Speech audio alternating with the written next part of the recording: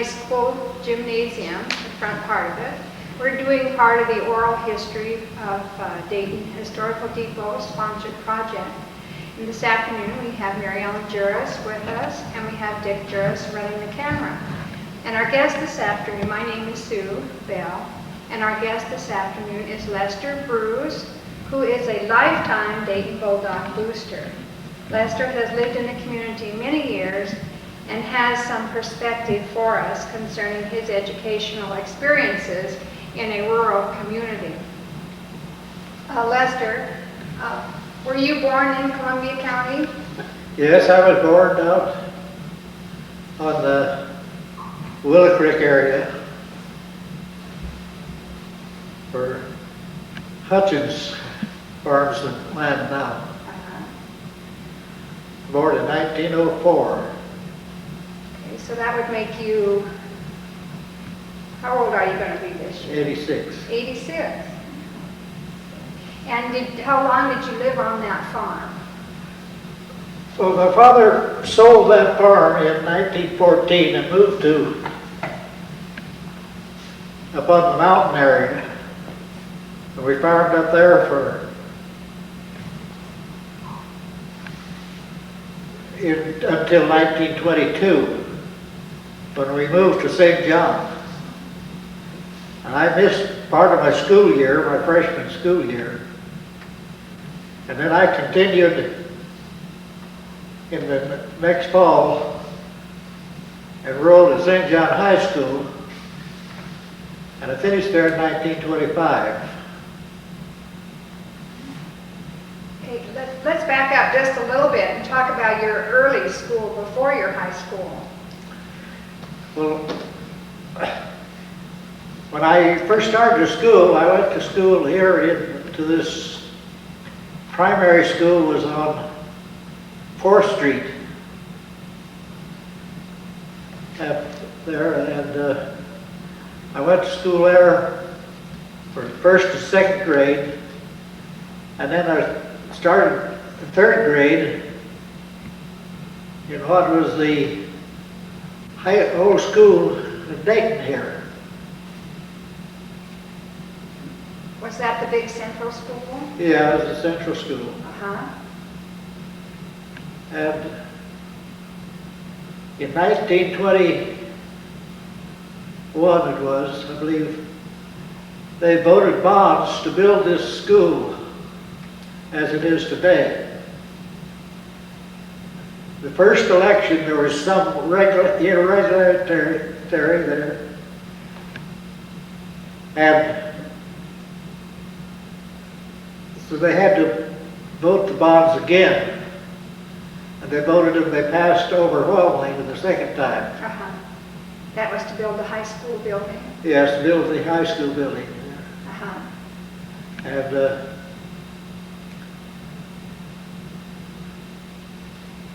I entered high school here. It was the first year after they had football, after the World War. I was a member of that team. As far as I know, I am the only living person of that team. That's the starting 11 of that football team, the first year after the war. Uh-huh. There were the 3 Reed brothers, Raymond James, Don Bickelhop, and Raymond Floyd, and myself. Backfield of Harold Blythe, Raymond Frick, Mert McCrane, and Wayne Hoskins. And I think that I'm the only living one of that group. Uh-huh. Can you tell us something about your season? Who was your coach? And Well,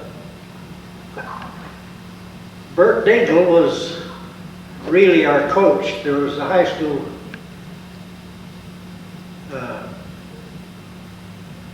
faculty member that was supposed to be our coach, but Bert Dingle really took over and was our coach for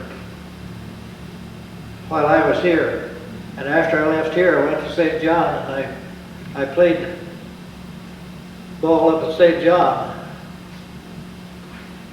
Played football, basketball, and baseball. Oh. And track was the least interesting to me. Uh-huh. Yeah, Lester, I would ask you the question. Now, maybe you said, but I didn't remember how, when you folks in your family moved up to St. John, and then how did it happen that you came back to Dayton? Well, folks farmed up there for 9 years, and then I stayed up there and worked on the farm for several years. I was doing farm labor work. And then when my folks come back here, I come back here and worked here. Worked on farms mainly.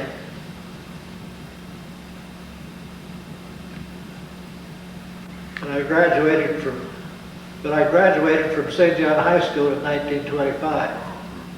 When you were going to high school, Lester, the football team was all male. Did they have any sports at all for girls? Well, the girls, they played basketball some, but there wasn't a great, the emphasis on the sports as there is today. Uh-huh. Do you remember any of your teachers when you were in grade school around the Columbia County area?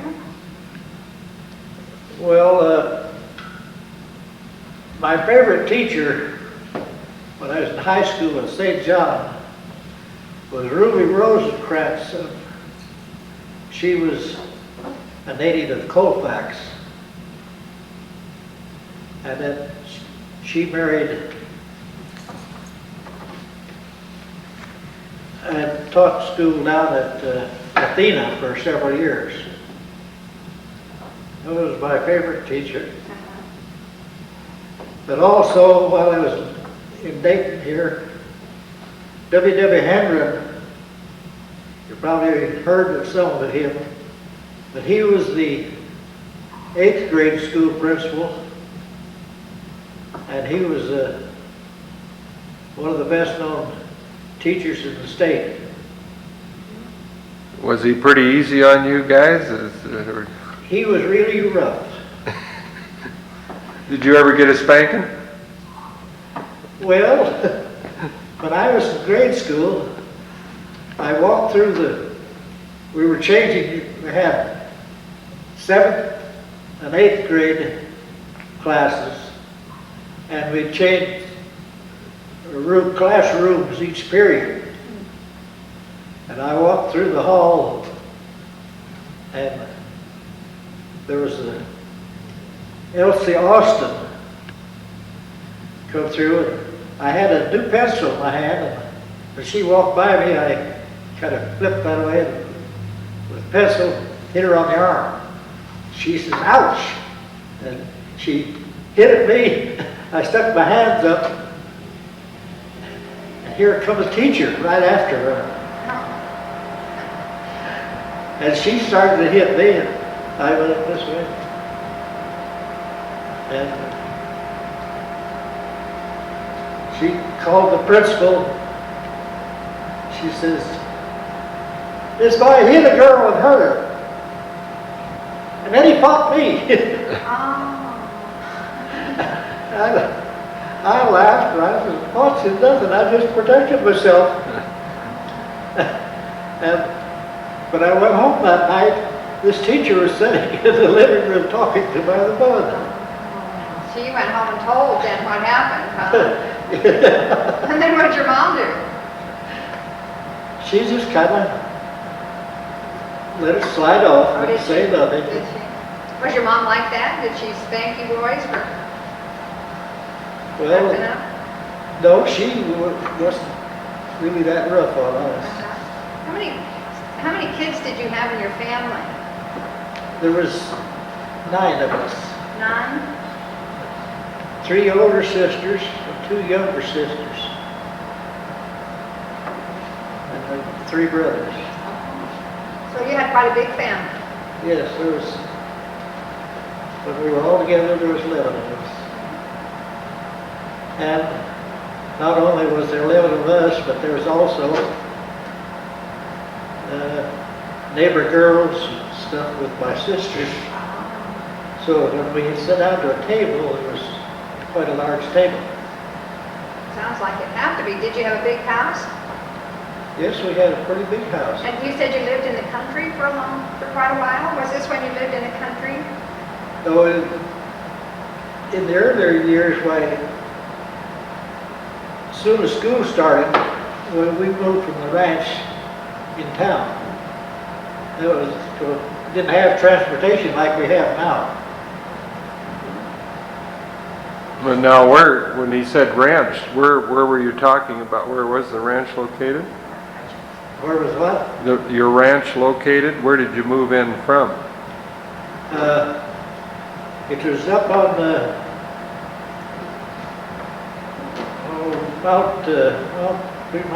Mount Pleasant and Bundy Hollow. Mm. It was known at the time as the John Brining place. And we sold that in 1921. In 1922, we moved to St. John, where our father leased land up there. Can you recall the reason that he took his big family and moved to St. John when you were a freshman? Well, it was because he was a farmer, and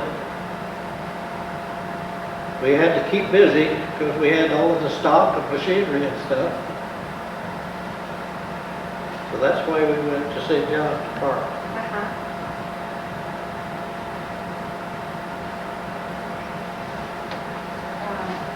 When you went to school, did you have a hot lunch program in your school? No, we didn't. We took our own lunches, or else we went out downtown to eat, get a sandwich or something.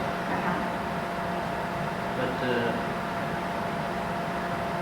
the hot lunch program wasn't really established in those days. What kind of subjects did you learn in school? What kind of subjects did you study? Well, there was the required subjects of that the state requires, which I think they still do. And then there was different electives that you could study. This was even in the junior high level? No, junior high wasn't really established then. It went from the 8th grade into high school. 4 years of high school. But they didn't really call 7th and 8th grade junior high. It was just part of the elementary. Yeah, they were still called part of the elementary school.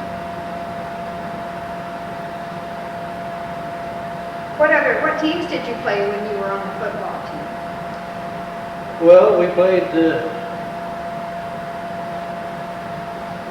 Mac High, known as Dayton, and we played Walla Walla, Crumroy,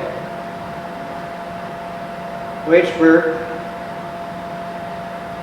I don't remember whether Prescott played football at that time or not. Starbuck had a football team at one time with the help of several town people to make up their.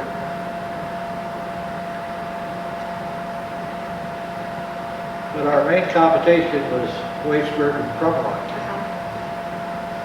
Now, How did you get to a game? Or when the other team came to you to play, how did they get there? Did their parents bring them, or did you have buses? No, they mostly would, people in the community would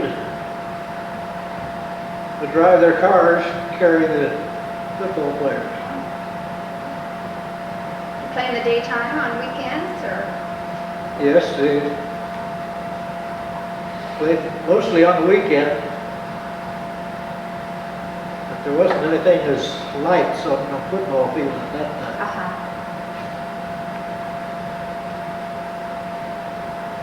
Where was our football field here in Dayton? First year we played down at the fairgrounds. And then after they come up, they played right here on this lot where this gymnasium was standing. This was a football field at one time. And then after they decided to build this gym, they built the gym here and rented the ground for the city for the football school.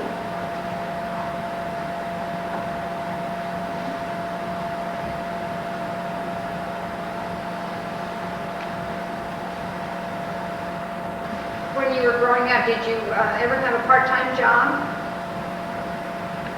Yes, when I was in St. John, I worked spare time at a clothing store, mostly men's clothing. But outside of that, just whatever job I could pick up. You know, that reminds me of the last time I went through St. John, which was probably 2, 3, 4 years ago, but there wasn't much of a town there. Was that a pretty good sized town? Now you mentioned a clothing store. No, it wasn't, it never was very big. But there was a hardware store, two hardware stores, which carried farm implements, and one clothing store and a restaurant, and I think there was two pool halls.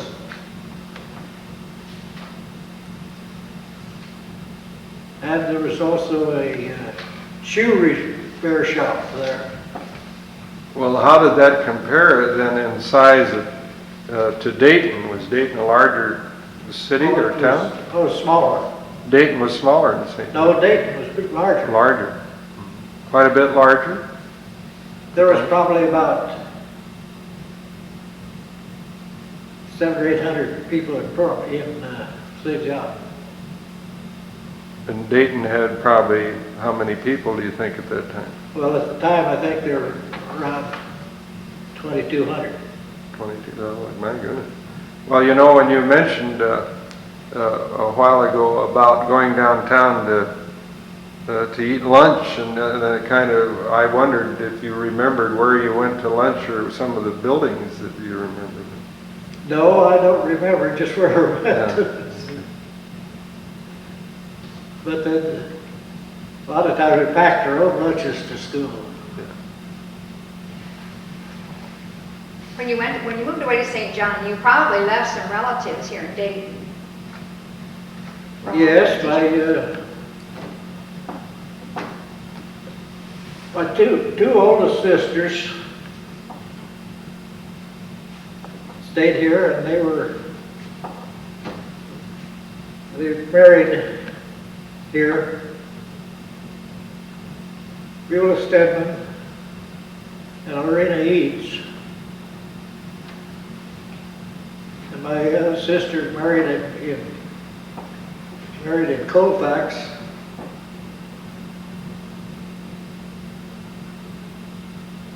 And I was the oldest boy in the family. I never married till 42. Did you come back to visit after you'd gone to St. John? Did you come back and visit cousins or your sisters? Yes, we had relatives here that we'd come back and visit. What were some of your favorite things to do when you came back? Well, just play ball was amazing. Sounds like you could always get a team together, huh? Oh, yes. Did you have movie theaters, or did they go dancing, or what else did the kids do for fun? Well, at one time, there was this movie theater in town here, had movies every night of the week. And matinees, 10 cents. No. Evening show was a quarter, I think it was. I'm not just sure of that. But Do you remember who ran it? no, I don't remember now just who it was. Was it downtown where it used to be on Main by? Yeah. I think the building is still there. It has been empty for several years. Did they have talking films then, or were there silent films? There was both. Do you have one you remember in particular? No, I don't. It's been a long time, huh? Did the kids hang out any particular place? No. Most of the kids were busy. They either played athletics or had jobs. And they really didn't have much time for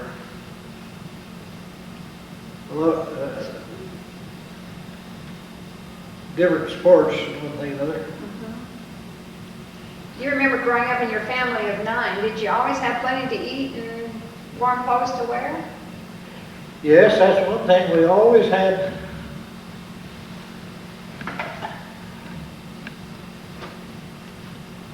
Always had plenty to eat.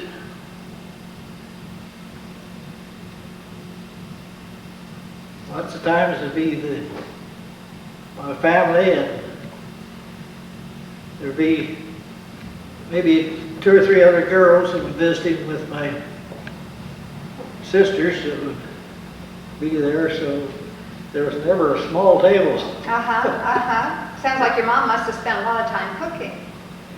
Yes, she did, and my older sisters were pretty good cooks too.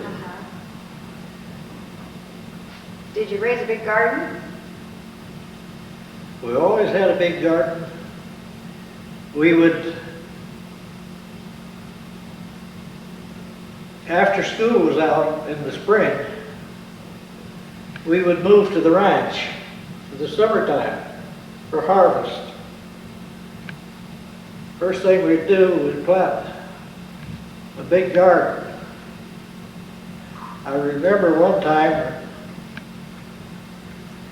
we planted some garden. We planted lettuce, carrots, radishes. We had a lot of space left after we got those planted. So I planted a lot of cucumbers. And my mother was down there when I was planting cucumbers. She said, "Oh, that's plenty." I looked, well, I got a lot of seed here, a lot of space here. I know I'm going to have to keep the weeds out of this, so I'm going to plant some more cucumbers. I planted a lot of cucumbers. That fall when Dad would come to town on the weekends, we had a big Studebaker car, and he'd have that full of cucumbers, and we'd bring them in town and pass cucumbers out to the neighbors. So that's where a lot of pickles were made from cucumbers. Out of your garden. Did your dad also hunt for your meat? No, not much of a hunter. So you raised your own, did you raise your own cattle? And Yes, we raised cattle, always raised cattle. And generally kept a cow in town here for milk.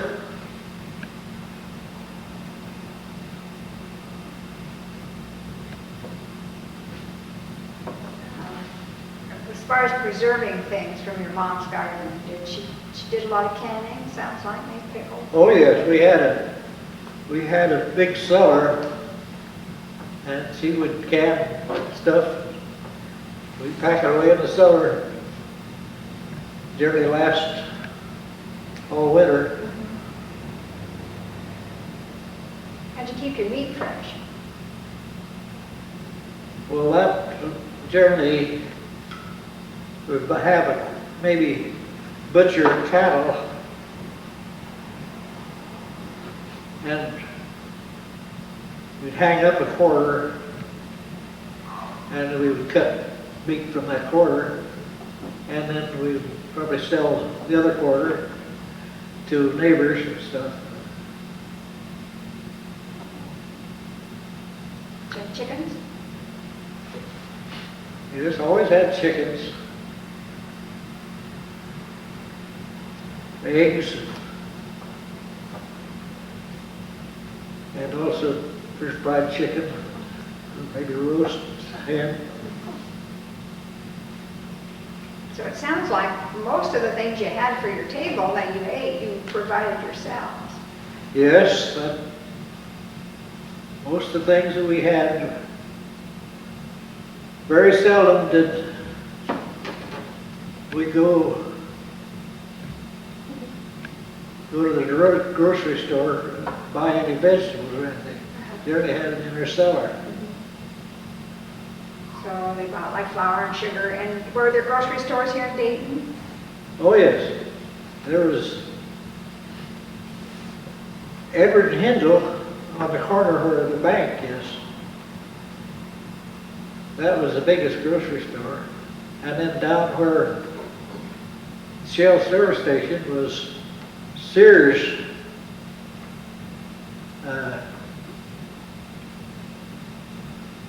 Sears store, that's like First and Main now where the Shell service station is? Yeah. There was a big grocery store there. Oh, Sears was a grocery store. And then there was also another grocery store by Boone's. It was about where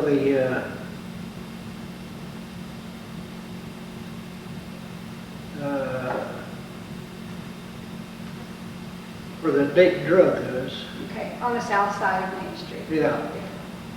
In the middle of the block, kind of. And then there was also a grocery store up between where the bank and Freddy's. There was a grocery store in there. Okay, on like the north side of Main Street where the Seattle Bank is now, the parking lot area. Yeah. There was a grocery store in there. Yes. So it sounds like you're saying you've seen a lot of changes in Dayton from when you were a kid here to now. When I was a boy, grade school, I used to, evenings after school, I would go downtown, and the grocery store had a delivery wagon. There was three wagons that would deliver groceries around town. The last delivery in the day would be in the evening. After I'd get out of school, I'd go down to one of these grocery men, and they would pay me $0.25 to deliver groceries from the wagon to the house. And that was where I got most of my spending money. Were these like horse-drawn wagons? Yes, horse-drawn wagon, two wagons. There were two horses rather on a wagon. I used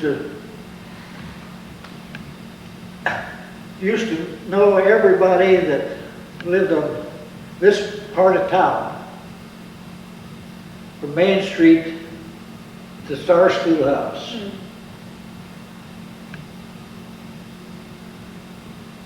And on Saturday, why, I would go down and I'd deliver groceries on Saturday. I remember one time I stopped at a place, had my arms full of groceries, just as all I could carry, and I started to run into the house, and I had a dozen eggs on the top of the pile that I carried, and I stumbled over a water hydrant. And I broke just, I think there's 2 dozen eggs. I broke just a dozen out of those 2 dozen eggs. Eggs are 25 cents a dozen. I got 25 cents a day for for my work delivering groceries. But the fellow that I worked for, he was very generous. He bought the other dozen eggs. Oh, that was good. So you did make a little money that day, huh? Yeah, I did get I got my quarter Uh-huh. after he paid for the eggs. So you were able to have little odd jobs around Dayton, huh? Yes, there was, used to mow lawns.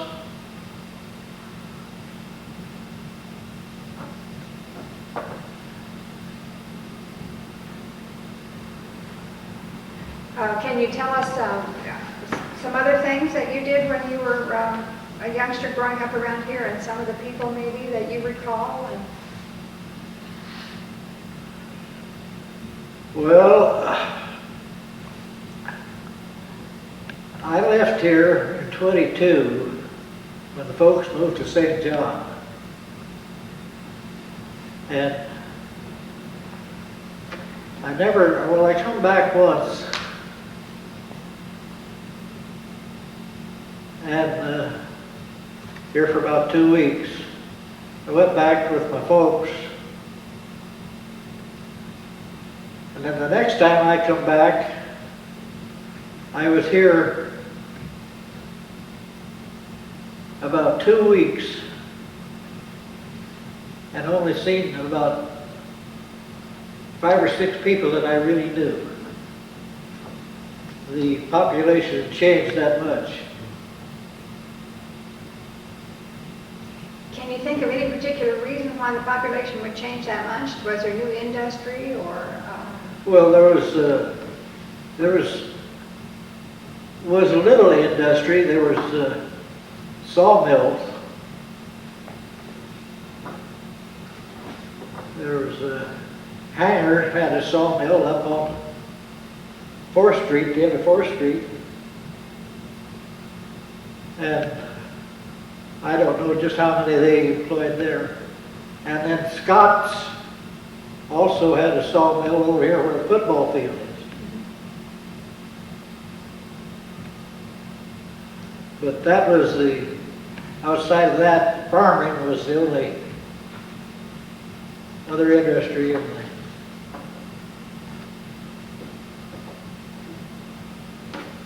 It seems like now people stay in the community a long time, almost generation after generation.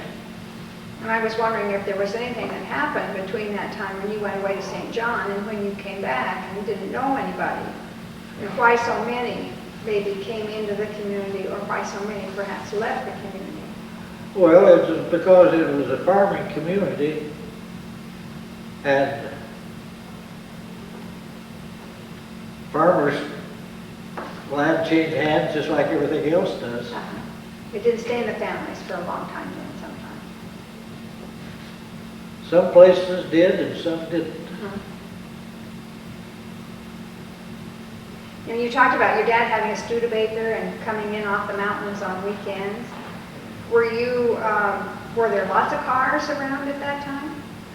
Or were you an exceptional family? No, there weren't a lot of cars. There's more people that had a horse and buggy than there was people that had cars. Well, that was kind of a special thing for your family to have a car.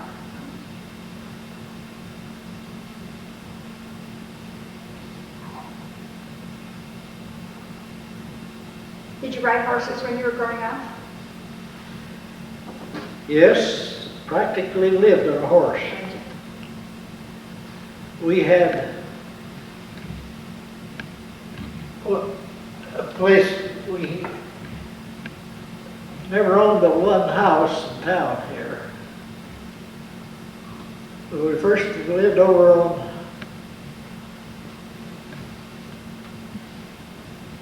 on the end of Dayton Avenue. Lived there for several years, and then we moved up. We was on Mustard and Third. Lived there for years, but we always had a place where we had a barn that we could keep a horse and cow.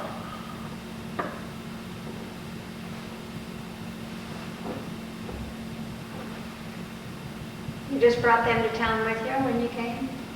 Yes. We'd always have and when I was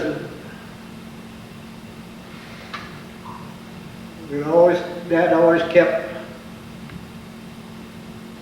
mostly 2 saddle horses in town.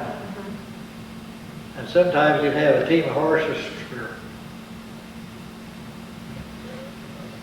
on a wagon that we would take supplies and stuff to the ranch.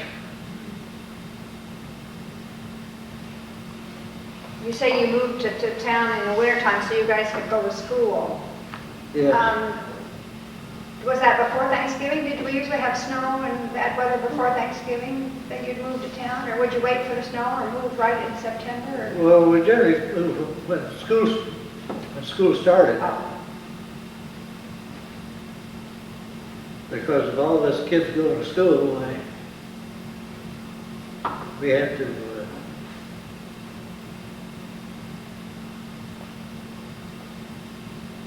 So Dayton must have really blossomed then when school started and all these people moving in from the country to town. And did you rent houses?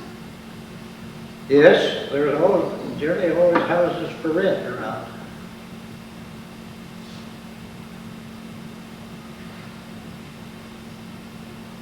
My folks, the only house that I remember they bought was on 5th and Hannah. We lived there for several years. The reason we bought that place was a large house and a barn there for horses. Keep horse and cow.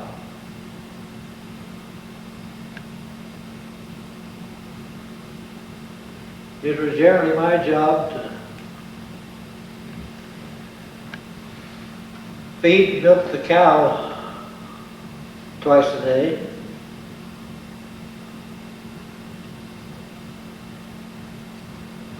Once in a while, one of my sisters would help me milk the cow, one thing or another, but I generally feed him. I was going to ask you if there were definite chores for the boys and definite chores for the girls. Well, the girls generally done the housework.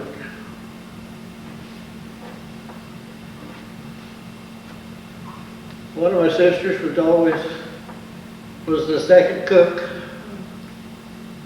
The other 2 would take care of the house, cleaning, making beds, cleaning beds, do the laundry. When you talked about the laundry, how did they have an automatic washing machine, or how did you do all those clothes? Most of them were run by hand. Washing machines run by hand. Oh, The old ringer type? Yeah, old ringer type. Or did they use a scrub board, or did they have electricity then? Well, there was a little electricity, but not, electricity wasn't used then like it is now.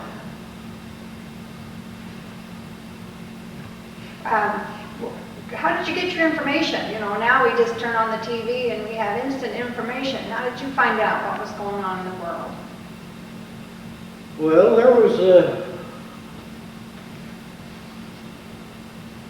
there was paper, like paper out of Walla Walla when I was Spokane, but not everybody, people didn't subscribe to it like they do now.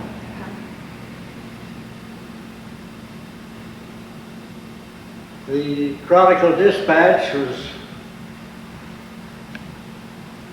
an old paper that was run by Mr. Peabody for a number of years.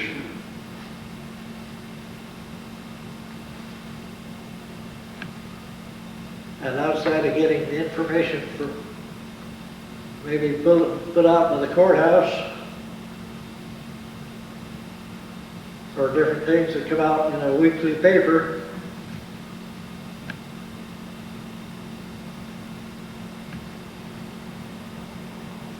Did the guys go down like to the smoke shop and gather information and bring it home to their families? yes, there was three, most generally there was two, and sometimes three, like smoke shops now. They were called pool halls at that time. And people would gather down there, meet on the streets. You'd always see somebody talking to each other on the streets. Did they have, nowadays we have lots of churches. Were there lots of churches then, and did they have activities? I believe it's more, there was a long time, quite a while, there wasn't any Catholic church here. But then the Catholic Church finally come in. The Methodist congregation, the Christian Church,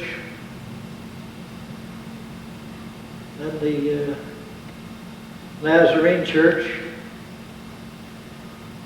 UB Church up on 4th Street.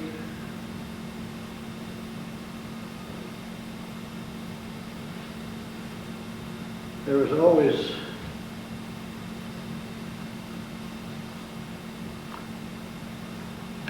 well, what about Prohibition? Did that come along, and were a lot of people in Dayton church-going people, or what happened about the Prohibition time, or do you remember that?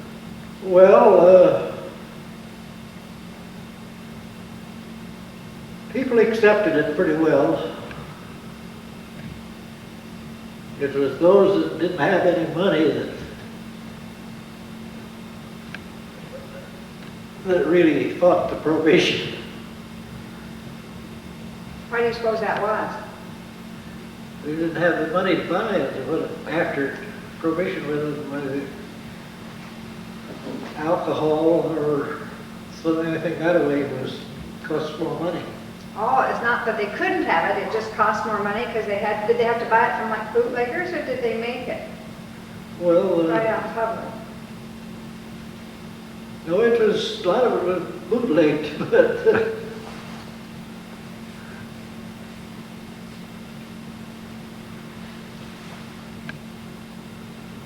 Well, when you were growing up, Lester, do you remember having any like childhood sicknesses or diseases that? well, our family, they had pretty near everything that come along. measles, mumps,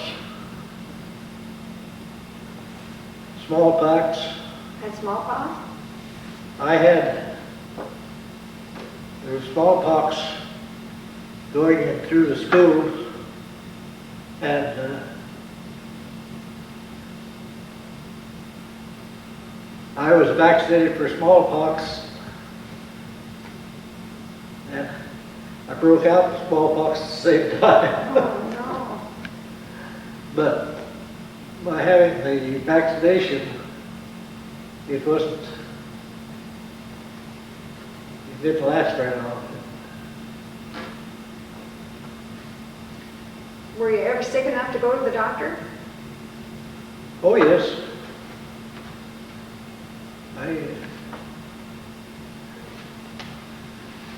Appendix operation when I was 14 years old.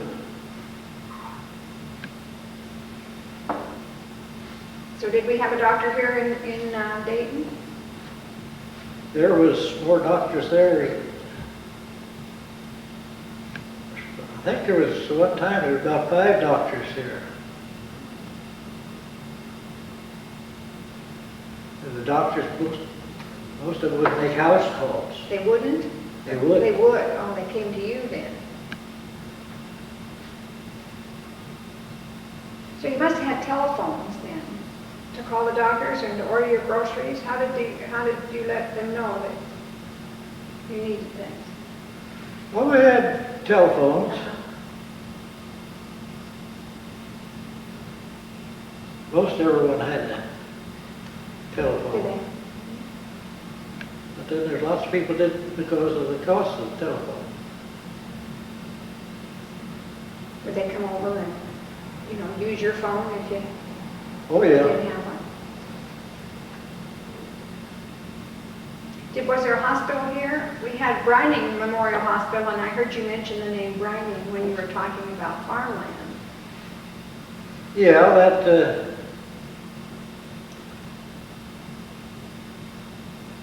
the hospital,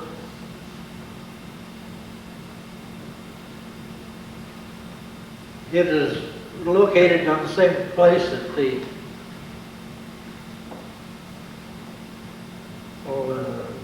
nursing home was there for a while. Okay, it was over on the south side of town then. Yeah. Washington and was that 2nd Street, I think.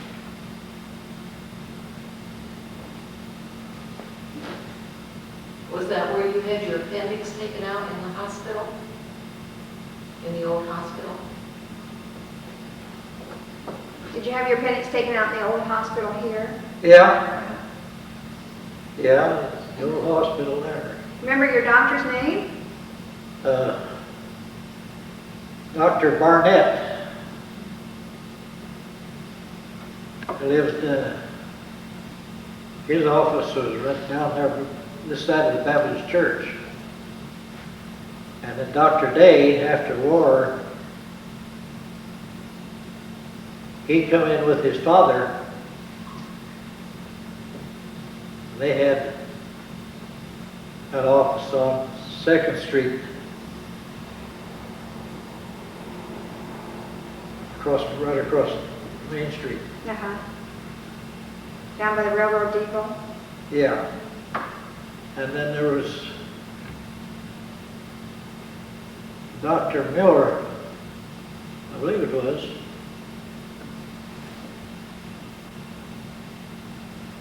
He was more of a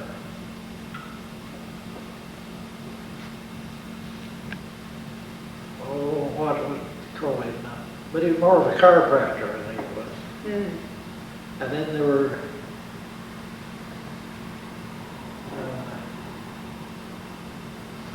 can't think of it. I'm going to say the name, but every once in a while I think of the name and then it just Slipped away from you, huh? slips away from it. Well, let's talk just a little bit about when you got out of high school. You and I had visited at one time about you had wanted to go to Cheney Normal School. Yes.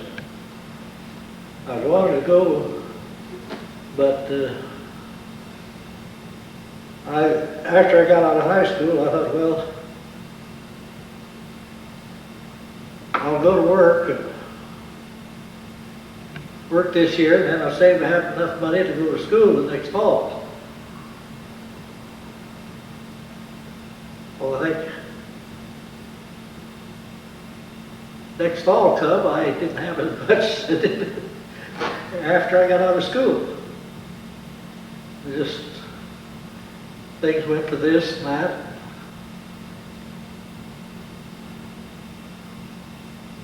How'd that make you feel? Well, it just I knew that I didn't do something right. Spent too much money on leisure things.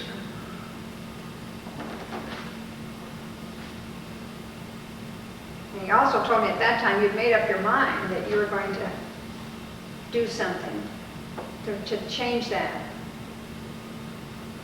Well, it was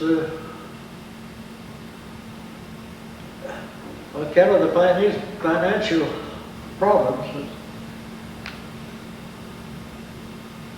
When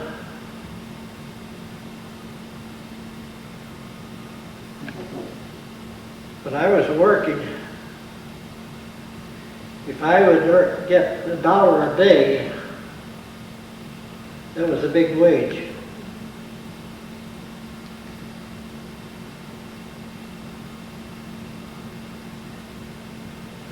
And to go away to school was quite a bit of money, it sounds like. Yes, it was. It probably cost, I think it cost about $250 or something like that to enroll. And then monthly, you had to pay monthly too.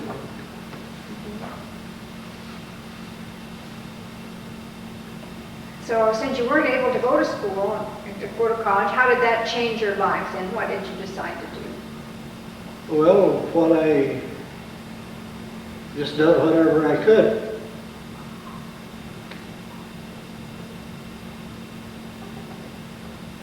I always wanted to go to school and then be a coach was my main goal. Uh-huh.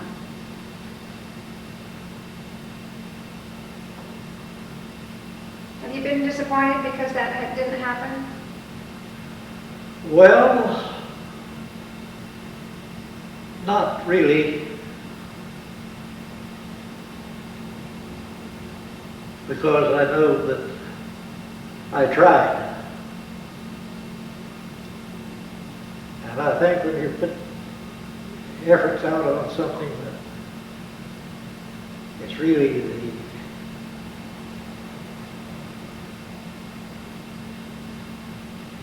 the most important thing is the efforts you put out trying to do something. You may think at the time that you have failed, but when you come back and try it again, well, you see where you've made your mistakes. Some of them are you able to correct, and some of them you aren't.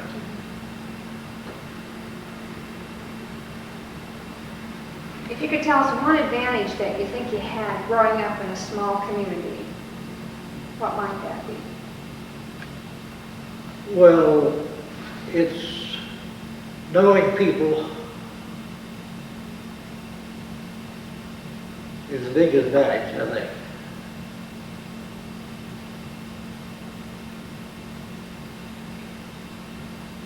You knowing people and people knowing you.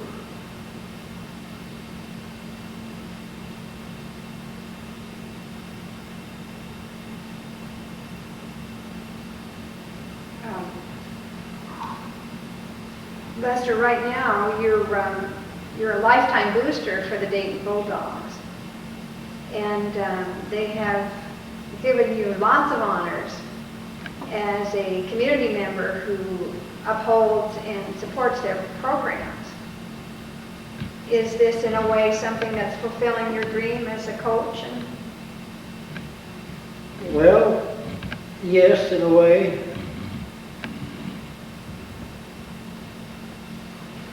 I think when we give me a lifetime pass to all activities in school, I think it's been a very big thing. It's not very many people that have the honor of being a lifetime member of a group. Uh-huh.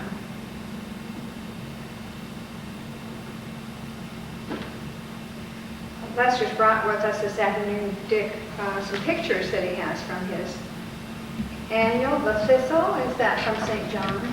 Yeah, that's from St. John. Have you got a picture that you'd like to share with us before we get finished? Is this your graduating annual?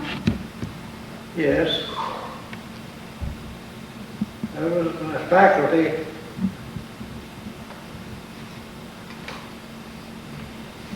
We have a picture here of Lester in his senior class from St. John. And there's Lester right there. He lettered in football and basketball, baseball. He was in the class play. So Lester's been very active in athletics all his life. There's another picture of Lester in the football team, or basketball, I'm sorry, basketball team, again at St. John. And in his annual, it does say that he played for a year in Dayton before he went to St. John and contributed a lot to their football and basketball teams for his last 3 years. So Lester, we talked about you being born in Dayton, but how did your folks get here?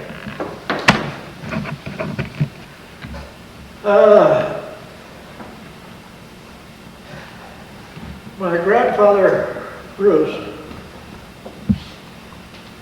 now they homesteaded just above Dodge. They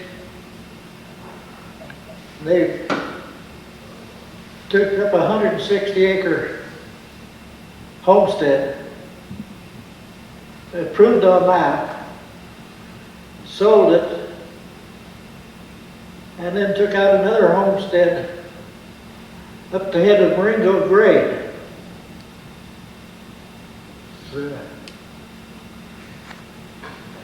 And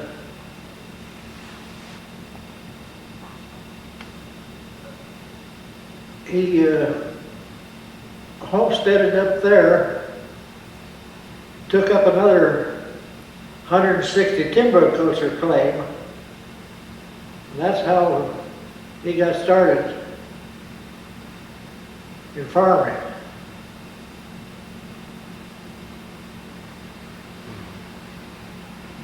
So now you'd mentioned something about one of your grandpas being a wagon master. Was that the grandpa? Yeah, Grandpa Bruce? yeah.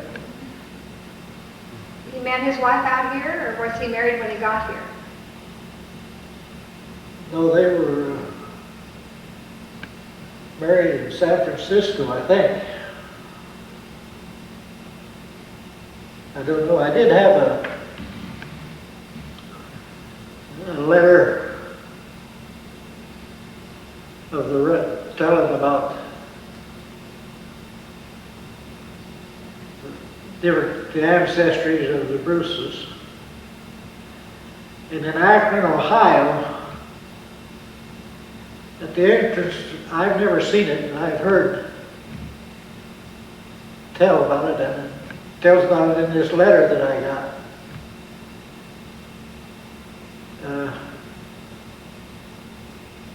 Grandfather was an aide to General Washington. Military. Yeah. And there was supposed to be a statue in Akron, going into Akron, Ohio, of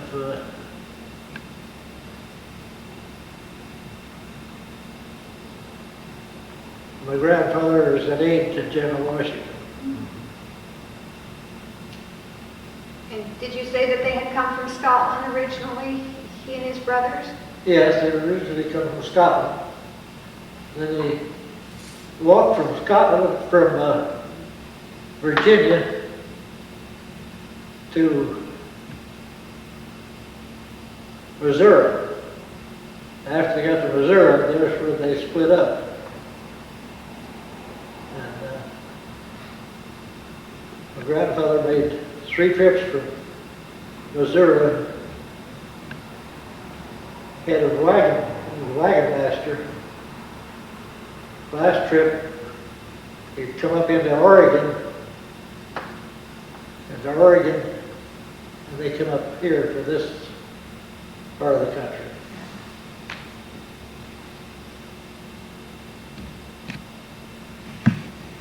And that's where he homesteaded and Yeah. got his land.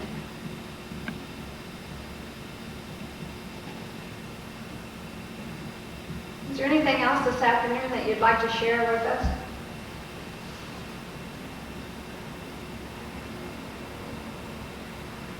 Well, the only thing that I can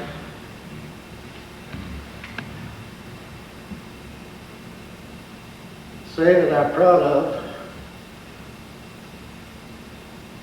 is I am the only living member of the football team, Dayton's first football team after they started after the war.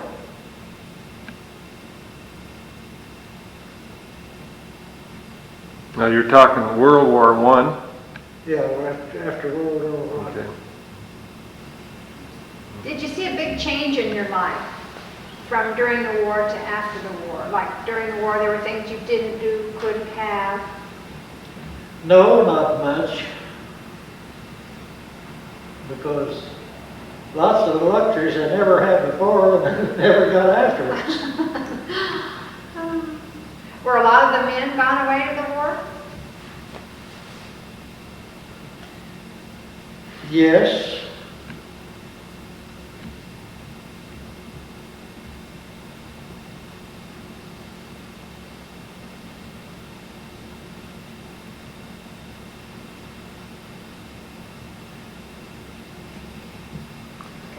Okay. Well, that's a pretty good note to end on. The last living member of the football team that was after the war. And remember what year that was? We talked about being your freshman year, so it was like 21, 22, 21. 1921. And that was 11-man football, right? Yeah. Yep. And was that when Bert Dingle Sr. was the coach? Yeah.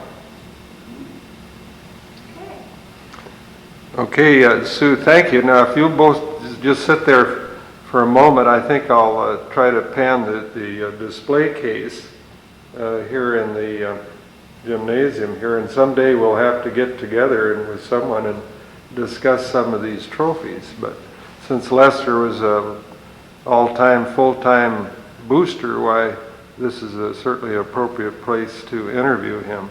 So I'll just try to back the camera up, take a shot while you guys are sitting there. And I don't think Mr. Bruce would mind us saying that he, in his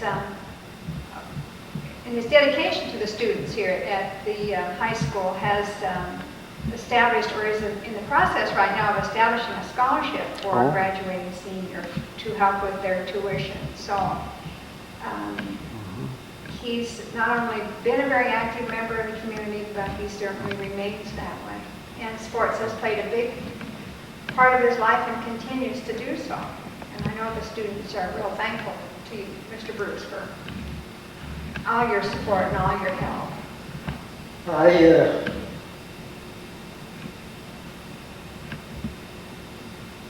I've decided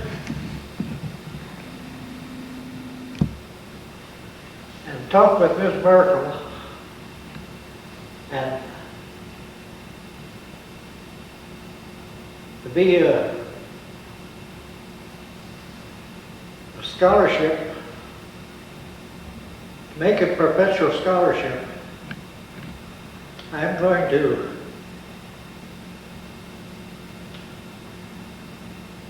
issue a check for $1,500 for this scholarship. So it can be carried on through. It will be, I have started out saying that it will be for our girls because girls coming out of high school don't have the opportunities for jobs that boys do.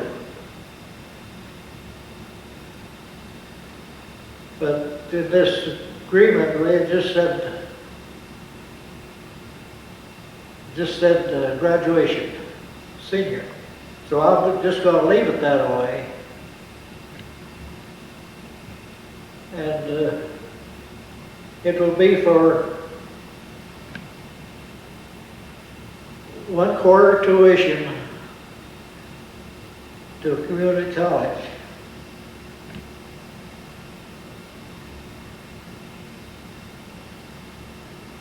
And if I give you a check for $1,500, would you see if Mr. Workman gets it and puts it? Oh, certainly, I'll do that.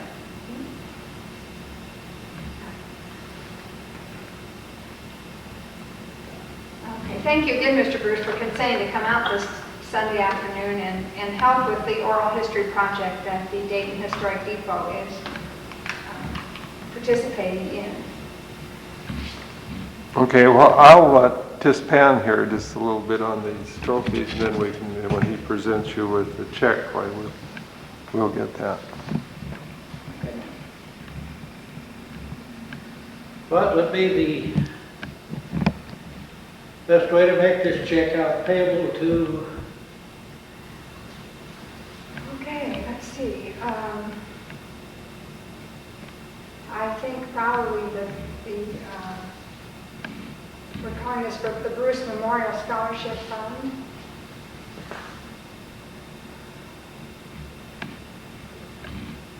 Well, just you could make it to Dayton School District number 2, and then we could just put an attachment for a Bruce Memorial Scholarship.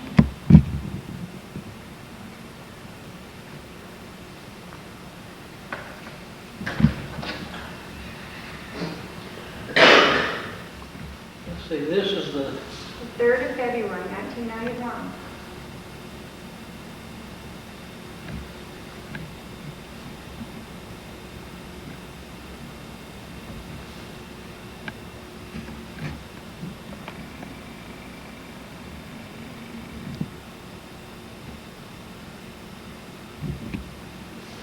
As I say, Mr. Bruce is a lifetime booster.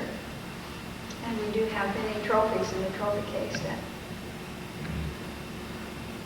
are from teams that I have my plaque for my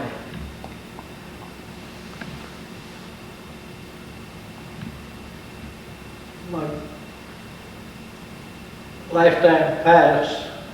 I have it at home. I thought about putting it in here, but I've kept it at home. Well, maybe someday it will rest in there. But rain or shine, if there's a ball game, Mr. Bruce is there sitting in the stand with his bulldog button on, and sometimes even your bulldog sweatshirt.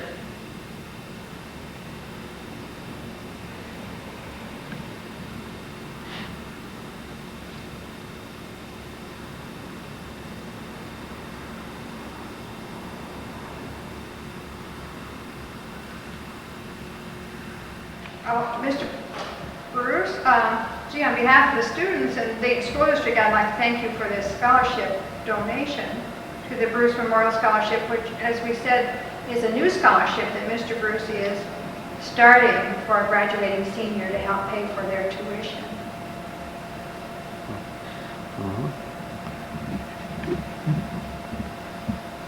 Thank you very much.